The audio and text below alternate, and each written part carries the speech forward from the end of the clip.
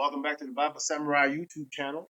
So today we're going to be doing a commentary on a video where Jeff Durbin is giving his testimony in front of Georgia legislators concerning a bill that they're about to pass about abortion. Now, mind you, this is the Bible Belt. This is where the religious folks are supposed to be residing in this here United States. So let's see if the South could get it right. They didn't get it right back in 1865, 60s. Let's see if they can get it right when it comes to abortion. So this is going to be a commentary not on Jeff Durbin, but on the there's two women in here that's going to be responding to what he has to say. So let's go ahead and jump into it. Jeff Durbin, he's with Apologia Studios. I've seen some of his stuff on YouTube, particularly when it comes to evangelizing the Mormons and Jehovah's Witnesses. He's a very bright individual. While we do differ in some doctrinal beliefs, such as he is unfortunately a Calvinist, Reformed, preterist, probably a cessationist, which tends to go with that territory.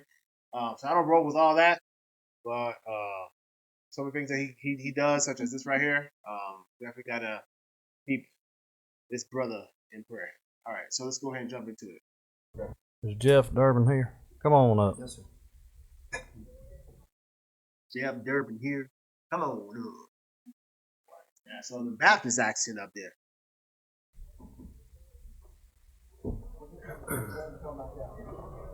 Go ahead. Thank you, Honorable Representatives. My name is Pastor Jeff Durbin with End Abortion Now. It's an honor to speak to you today. Where are you from? Oh, Arizona, Phoenix, Arizona. Very simply, brothers and sisters, representatives, this bill says what is unassailable. What's in the womb is human from fertilization. That is a biblical fact, an unassailable biological fact, and all this bill does is it says what we say we believe as people who believe in life at fertilization, that what's in the womb deserves equal protection. This bill simply says this: every human being in Georgia from the moment of fertilization deserves to be equally protected. That's the simplicity of the bill. The problem we're seeing right now is the same problem we've seen in history. We did this in the past to our black brothers and sisters. We drew a circle around one group of people and said that, I know it's technically human, but it's not really a human, it's a black person, and so we can oppress them. And it wasn't until abolitionists stood up, Christians stood up and said, equal protection for my black brothers and sisters. We abolished slavery. In the same way, we need to abolish abortion, provide equal protection for every human being. God says in his word, cease to do evil, learn to do good, seek justice, correct oppression, bring justice to the fatherless. I want to call you to do your duty before God. We're all going to answer to Christ one day for how we acted and responded on this very day. And I'm going to call you to be consistent with what you know to be true. Okay. Thank you. Okay, so Jeff Durbin makes a comparison between how back in the day, by law and by false demonic biblical interpretation, human beings with melanin, such as myself, were designated as less than human, 3/5 of the person, property. Therefore, you can treat them however you so choose to, according to the law. So let us not repeat the same thing in which we are doing with unborn human beings. That's the comparison he makes. That's the example that he uses. And he says, he appeals, he beseeches these individuals to do what they know is right. I'm assuming the assumption is all of them are either Christian-ish or believers in God, believers in a moral lawgiver. He's appealing to the Bible. He's appealing to morality. So let's see what's the response of little folks down in the South. Appreciate it. Be careful on your way back to Arizona.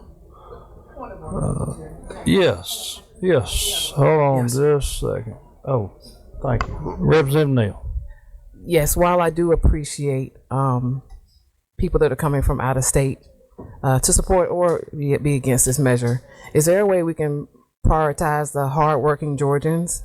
I'm not sure if they outlined on the notes where they came from.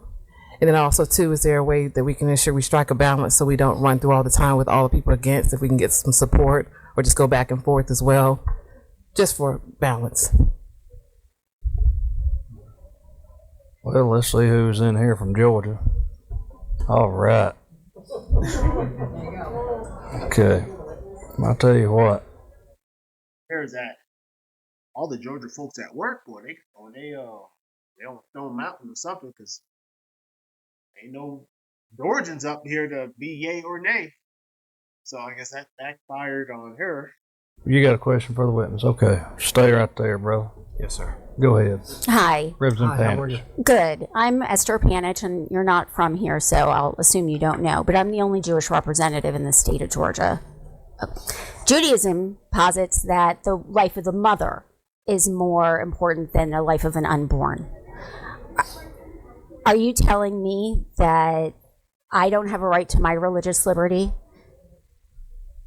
Well, no, everyone would appeal to an ultimate authority over all of us. And one of the things that I respect and admire about Judaism is that we share the same scriptures, the Torah, the Talmud, and not the Talmud, sorry, the Torah and the law of the prophets. And scripture does teach, without question, that from fertilization, all human life begins, and that we are uniquely made by God, created in the wombs of our mothers, and known by God. And so with that, Judaism, as well as Christianity, would teach that every human being must be protected and given equal justice. One of the laws of Moses that's repeated over and over is no partiality.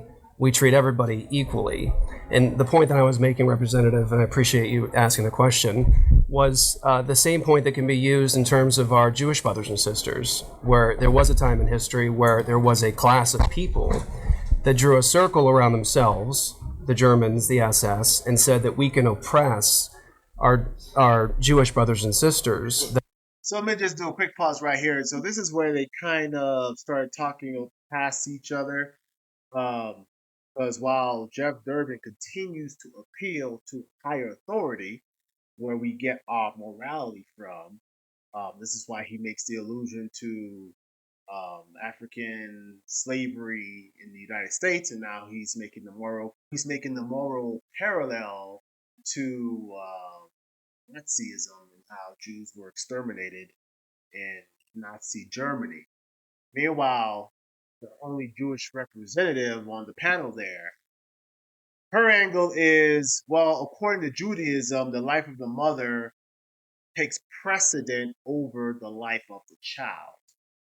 So don't I have the right to practice my own religious freedom? So now she's trying to make a distinction between, okay, so you're a Bible dude. Apparently you put the life of the child over the life of the mother, but in Judaism, we put the life of the mother over the life of the child. So that's what she's coming at.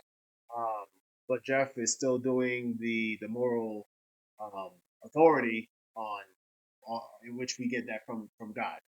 So just clarifying, that's what we got going on there. Let it continue, and then I'm gonna give my commentary on what she had to say, and maybe a little bit on what Jeff Durbin had to say. That we can treat them with abuse, we can kill them. So my point, Representative, was that we've had this problem in history many times over, where a class of human beings says to another class of human beings, we can oppress you, we can kill you, we can murder you. And what we're saying with this bill is that every human being is made in God's image and deserves to be equally protected. Sure. Everyone valued. Women, men, children. I understand that, but Judaism does not posit that life begins at fertilization. It says that it's like water until 40 days. And the way you know this is look at Israel. Abortion is readily available and it's free. So please don't misstate what my religion tells me is my duty. If I am at risk, if my life is at risk, it may not only be suggested of me to have an abortion, but required of me to have an abortion, because a life in being, my life, takes priority over something that has not been born yet. So how do I exercise my religious liberty under your bill if it was adopted? Well, this... Okay, cool. So I don't know what Judaism she's talking about. as far as life is water for 40 days, but that is not in the Bible. That is not in the full Judaism Moses that was handed down to the children of Israel throughout the ages uh, until this culmination with John the Baptist, who prepared the way of the Messiah, which is Jesus Christ. So her Judaism is, I don't know what Judaism that is, but it's not the Judaism of Moses. It's probably some type of liberal based, modernized, uh, liberal, homosexual, kind of like the progressive Christians. Now we got progressive Judaism. Maybe that's what she's running off of. But that is not the Judaism of Moses. Because if we're going off biblical Judaism, we got the first 5 books of Moses, and we got Psalms, where it says in Psalms 139, you were fearfully and wonderfully made. How many of the prophets God told before you were born, I already knew you. So life begins at conception. You can make a case life begins before conception because God knows you before you was even conceived. God gives life. It's up to him to take life.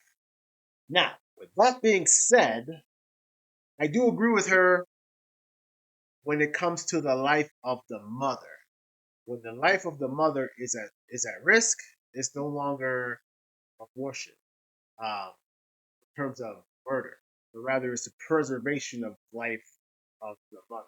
It's not taking the life of a baby because of convenience, because of maliciousness, because of profit, because of self-centeredness or irresponsibility or sexual promiscuity. It's none of those reasons, but rather it's a mother with her husband making the decision, the hard decision, the last case scenario to um, try to safely remove the child, which may result in an abortion, um, in order to save the life of the mother, because her probability of survival is slim to none. This child goes to birth, or this child continues to grow because of a medical condition that she has. I don't classify that as murder. But at this point in time in their conversation, now they're having a religious back and forth. They're having a worldview back and forth. Um, but what they got to establish is, where do we get our moral authority? And the answer, her specific question is, does she have the right to um, practice her religious liberty as Jeff Durbin appeals to the scriptures when it comes to abortion and depositing and not really making a distinction between the life of the mother and malicious abortion or the necessity to preserve the life of the mother. Jeff is not making the distinction between that, but nevertheless, her appeal is to her own religious liberty. Even though, when it comes to the life of the mother, I mean, what percentage of abortions are based off that? I don't know the stats. I don't study the stats. But if I was a betting man, I'm pretty sure it's less than 1%. So they use these extreme cases as the face of the 99%, which is abortion out of convenience. The 1%, which is the life of the mother, incest, rape, they use those as the prima facie examples to abort all babies in the womb, which most of them are due to inconvenience to the woman. To answer, thank you for the question, Representative. But the answer to two of those main questions, the first one is that when I was referring to Judaism, the Jewish religion is based upon the Old Testament scriptures, the law and the prophets. I am well aware. And yes. There's no question that the view that came later you're describing is not in the law and the prophets.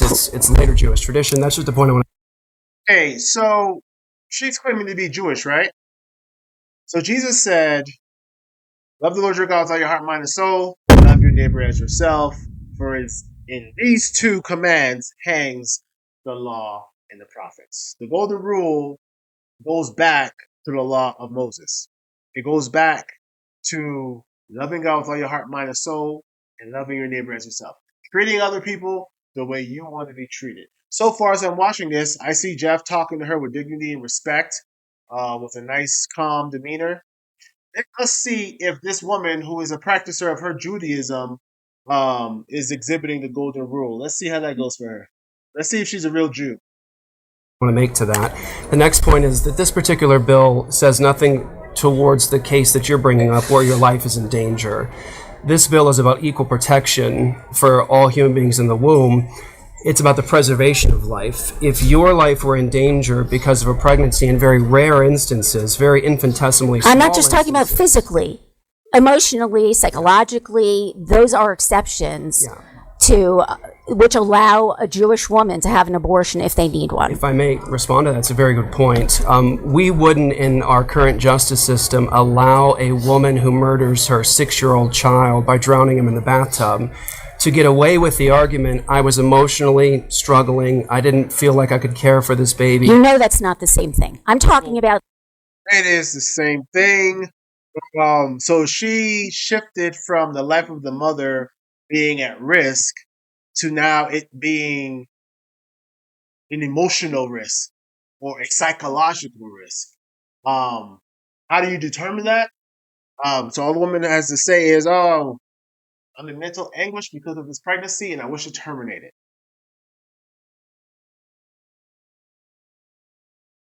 I don't see the justification of that.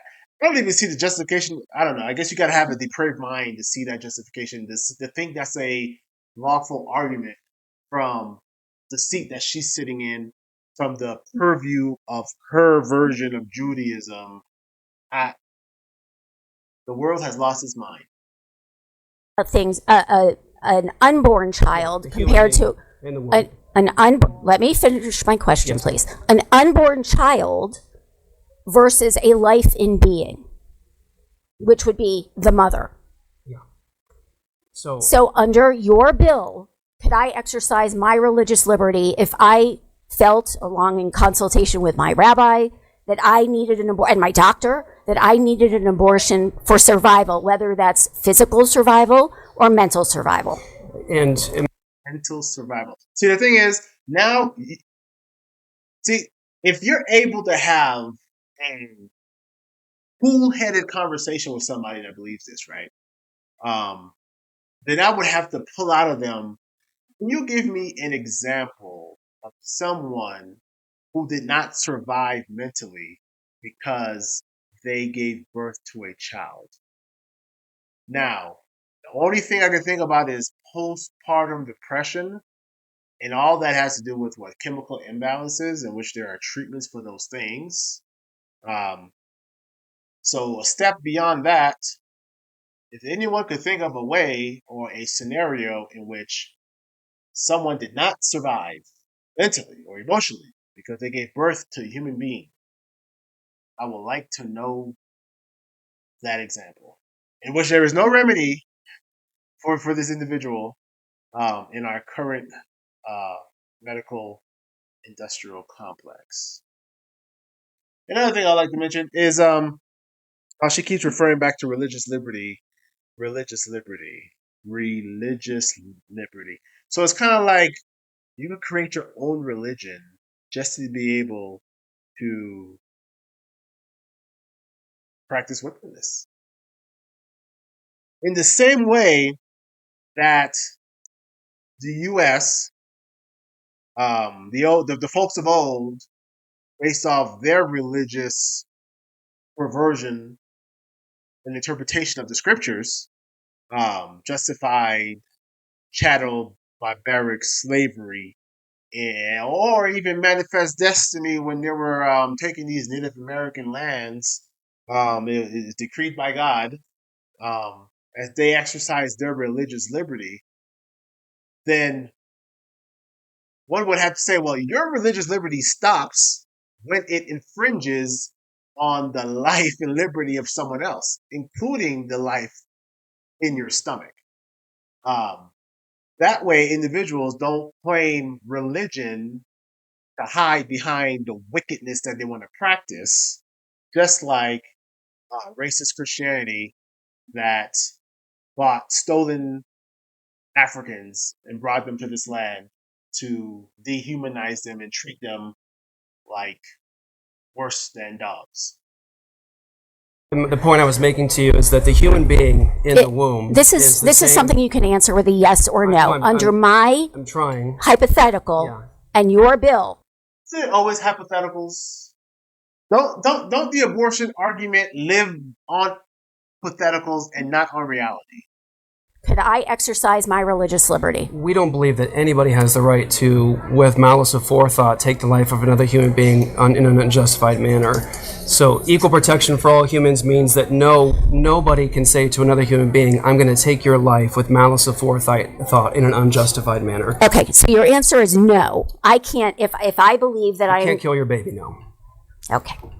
So Jews and other religions who don't believe in your version of when life starts are screwed under your bill, well, right? All biological science teaches that life begins at fertilization. That's an unassailable, indisputable fact. It's incontrovertible. You saw how she just rolled her eyes when Jeff just quoted some good old biology. They love science and biology, except when it goes against their argument. It's a biological fact that life begins at the womb. Rolls her eyes and pushes the mic away. You know why? Because people are committed. They are committed to wickedness. They're committed to do whatever their flesh desires. Just like the Nazis were, just like the white supremacists of the old South and the North, the slave-holding states, and the individuals that fought to keep people as property and sexually assault them, the lynchings and the segregations and all that. Keep living town right. God promotes segregation. All in the name of their perverted, demonic religion. I tell you. But when you start talking facts, when you start talking that, scientifically, life begins in the womb. No, scientifically, Black people are 100% humans, just like you and just like everyone else. Scientifically, they don't like the science when the science goes against them. You know what I mean? They don't like the science or the scriptures when it's clear that the wickedness and the perversion of their interpretation of the scriptures goes against the golden rule. Love your neighbors as yourself. Love that baby in your womb. Don't murder it. Love your brother who just happens to be shades darker than you or shades lighter than you. For without holiness, no man shall see God. It's a biological fact. But I appreciate for the sake of moving on, I think both may just have to agree to disagree on them finer points. If you want to talk offline, I respect the member and the gentleman from. I have no Hey, check in the corner. Let me rewind a little bit. Check out these two women that are looking at each other. problem. I think both may just have to agree to disagree on them finer points. If you want to talk offline, I respect the member and the gentleman from. I have no problem disagreeing with someone until they try to put their version, their values on me. Represent Yes, Mr. Chairman. I don't think there's going to be consensus between you and the gentleman on this. So if you don't mind, we'll move on. Thank you for the question, Representative. So, Georgian fella, can't see his name there. Yeah, he's level headed to be like, all right, time to move it. You wanna go back and forth and with brother Jeff here, take it outside. Let's move on. But then she wants to end off with all their imposing their values on me. Society is all about imposing values on people. That's why we have laws. Breaking into someone's home, murder, stealing. Someone breaks into my house, and I'm like, "Hey, bro, I paid for that laptop. Why are you stealing my laptop?" And then his response is, "Well, I really don't appreciate you imposing your values of thou shalt not steal on me." Well, that's irrelevant. You may not adhere to my values or my religious beliefs. But there is a law in this land that society imposes that thankfully agrees with my values, which is one, you're trespassing, you're burglarizing, and you're stealing. So society is all about collectively imposing values that we all generally agree upon. Now, one of these values is life in the womb. which now she's saying, "Oh, I just don't want people imposing their values on me," while at the same time she's imposing her values on other people. The hypocrisy of wicked hearts. Number 5, Representative. Thank you. You mentioned about your perceived history of black women and trying to exterminate the black race. Do you identify as being black or African American descent? Do I? Yes. Well, I think it's pretty obvious that I share a different count of melanin. Okay. So that being said, I am African American, and so I respectfully disagree with your assessment and using our race as an argument for. I appreciate that. Which part do you disagree with? So I can maybe respond. All of it. Every single. Hey, so the black woman doesn't appreciate, or rather disagrees with Jeff's assessment of using our race for making a case against abortion. See, this is the problem with identity politics. This is the problem when you live within the framework of the world. The world says you're black. The world says this other person's white. Although these terms were created, invented just as much as the iPhone was. These terms were invented after Jamestown, Bacon's Rebellion, 1690 something, maybe 1668. After the blacks, whites, the indentured servants, the slaves came together to rebel against the elitists who were hoarding all of the wealth. And so they created the white class and the black class. We gotta divide these poor folks because greater are them than are we in number. So now we got white folks, black folks. But in reality, the Bible says, from one drop of blood, he made the human race. So while Jeff is not melanated, he is human. So as a human, he has just as much right and privilege to utilize any examples that entails any other human. It's like saying, if you go to a board meeting for like determining the curriculum for a school year, and a parent goes and speaks, and then the board says, "Well, are you a teacher?" Well, if you're not a teacher, then you really can't have any input on the curriculum. But nevertheless, it's my kids that's going to the school. I'm human and intellectual just as much as you have been through the school system.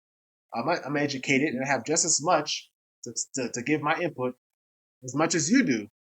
And if I don't want my kids learning about XYZ at this age, it's my right as a parent to say so. Just as if I could say something about genocide in some other part of the world that's going on right now, or things that happened in the past to the Jews or to Europeans under the Ottoman Empire when they were being taken as slaves, or what was going on in Muslim Middle East as they were taking over and raping and pillaging. As a human being, I could make a critique on that. And I don't even have to be of that species. I could make a critique on a lion eating a gazelle. You know, the Lord told us to have dominion over the fish of the sea, the fowl of the air, and the creature that moves upon the face of the earth. You don't have to be that very thing in order to make an assessment on something that uses that very thing or person or ethnic group as an example. So first we have the Jew talking about don't impose your values on me, while at the same time she's imposing her values on other people, which is what society does as a collective. Hypocrisy. Then we have the black woman playing the identity politics. And even as I say the black woman, in my mind, I know she's not black. She's brown. She's a human being.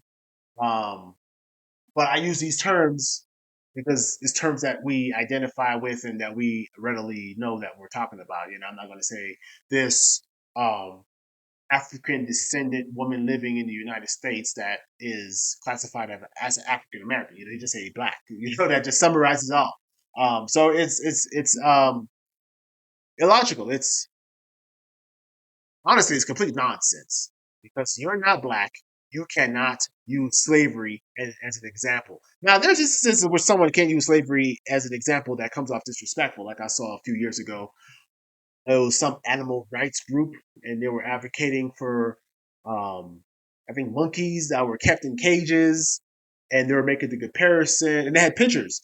Look at these monkeys in cages. We have to care for them, just like we had to care about when black people were locked in cages. So now they're equating monkeys and black people as the same, at the same value. I get the point, but that's yeah, that comes off very disrespectful. That's not the angle you want to use. You know what I mean? Well, but in this case, this is life in the womb, being just as valuable as life outside the womb. And there was a time in history in which we said people who were of the African ethnic group, descended here in the United States, were not of value. And that's a simple comparison that he's making to other human beings who are in the womb. So it's amazing to see the people who are sitting up here on the panel. It's like, look, these are your leaders. These are your judges. These are your legislators. These are the ones that are passing laws, which is very telling in the times in which we live. I'm not going to go into the last days, but it's getting bad. It's getting bad. It's been bad. I'm not of the ones that's like, there was a moral golden era in these here United States. I don't think there was. In some pockets there was, but generally there never was. It's just progressively getting worse and worse.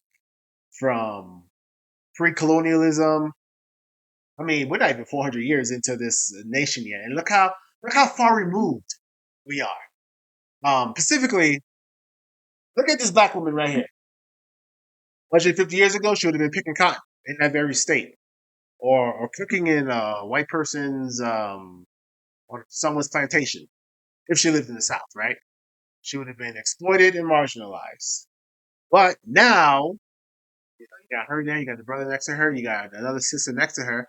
But now, just 150 years later, now we're the ones, well, not all of us, but some of us are the ones that are now advocating for death of another group of human beings, which simply means we're all wicked, or we all have the potential of being wicked. Like I saw a video the other day of